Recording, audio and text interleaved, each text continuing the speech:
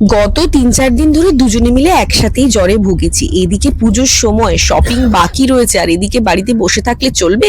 তাই যতই শরীর খারাপ হোক দুজনে মিলে হাত ধরাধরি করে বেরিয়ে পড়লাম ক্যাবে করে। আর ক্যাবের ড্রাইভার এমন একটা গাড্ডায় চাকাটাকে ফেললো যে আমার কানের দুলটাই খুলে গেল।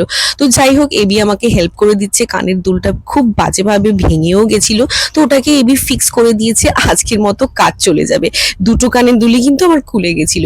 তো এই করতে করতে আমরা পৌঁছে গেলাম আমাদের ডেস্টিনেশনে। চুটুর পুটুর কিছু কেনাকাটি রয়েছে আজকে আমাদের, তো দেখে চিনতেই পারছো যে আমরা কোথায় এসে পড়েছি।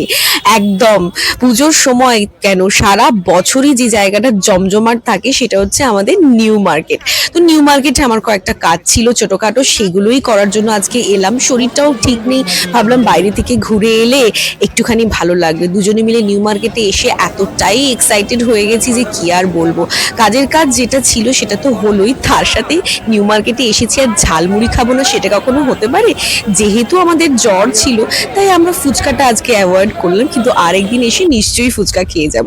তো চলো আবার কলকাতার হেরিটেজ ইয়েলো ক্যাবে করে আমরা ডিপির ডিপির করে প্রায় 1 ঘন্টা ধরে বাড়ি পৌঁছলাম, কারণ রাস্তাঘাটে দেখতেই পাচ্ছ প্রচুর জ্যাম। আর পুজো পুজো ভাইব কিন্তু চারিদিকে, সব জায়গায় কিন্তু প্যান্ডেল শুরু হয়ে গেছে, আর কিছু কিছু জায়গায় তো প্যান্ডেল কমপ্লিটও হয়ে গেছে।